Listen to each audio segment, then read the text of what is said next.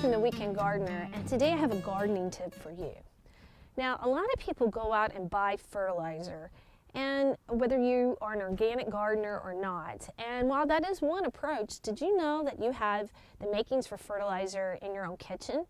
One of the fertilizers I'm going to show you how to make is a high calcium fertilizer. Now, everyone knows that eggshells can be put in your compost. If you're using it in a worm composter, they have to be dried and pulverized and etc. before the worms can use it. If you're putting them in your composter like this, it takes a long time for the eggshells to break down. And in actuality, some experts say that eggshells shouldn't be put in a compost because of the amount of time it takes for the shells to break down. But you can have your cake and eat it too when it comes to eggshells. Utilizing this technique. So what you're going to do is you can break them up or you can leave them. I do this on Sunday morning.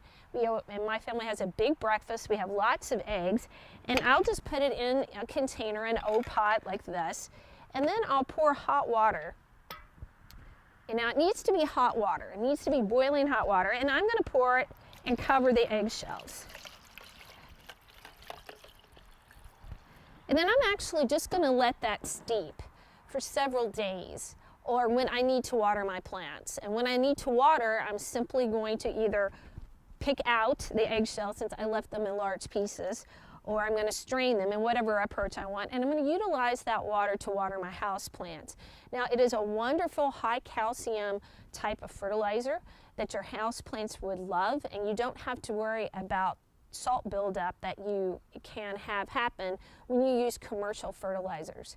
Also, once you've done this technique, you can still put your eggshells in your compost, and that's what I meant. You can have your cake and eat it too. So until we meet in the garden again, this has been Mindy from the Weekend Garden.